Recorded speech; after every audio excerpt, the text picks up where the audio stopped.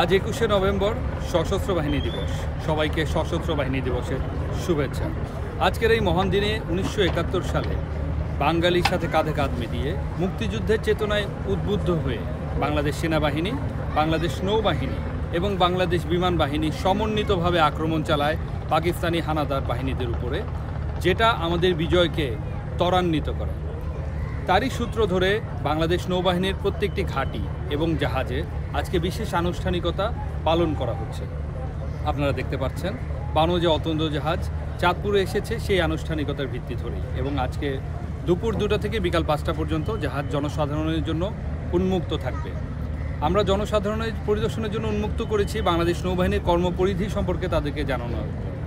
আপনারা জেনে থাকবেন ১৯৭১ সালে মুক্তিযুদ্ধ চলাকালীন সময় অপারেশন জ্যাকপট পরিচালনার মাধ্যমে হানাদার বাহিনীর ২৬টি রসদবাহী জাহাজ ডুবিয়ে দেওয়ার মাধ্যমে তাদের লজিস্টিক চেইনকে একদম গুড়িয়ে দেওয়া হয়েছিল। তার পাশাপাশি বানৌজা পদ্মা এবং বানৌজা পলাশ জাহাজ অপারেশন হটপ্যাড পরিচালনা করে, যা আমাদের বিজয়কে আরও ত্বরান্বিত করে।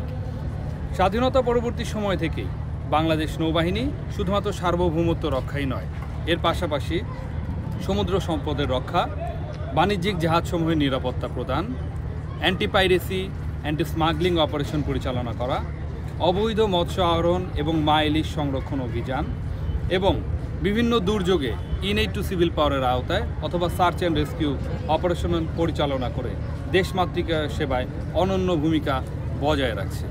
শুধুমাত্র জাতীয় পরিমণ্ডলেই নয়, আন্তর্জাতিক পরিমণ্ডলেও বাংলাদেশ নৌবাহিনী জাতিসংঘ শান্তিরক্ষা মিশনে অংশগ্রহণের মাধ্যমে বাংলাদেশ নৌবাহিনী তথা বাংলাদেশের সম্মান উজ্জ্বল করে চলেছে।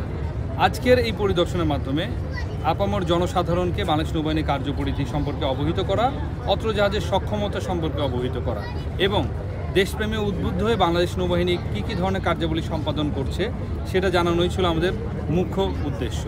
সবাইকে ধন্যবাদ।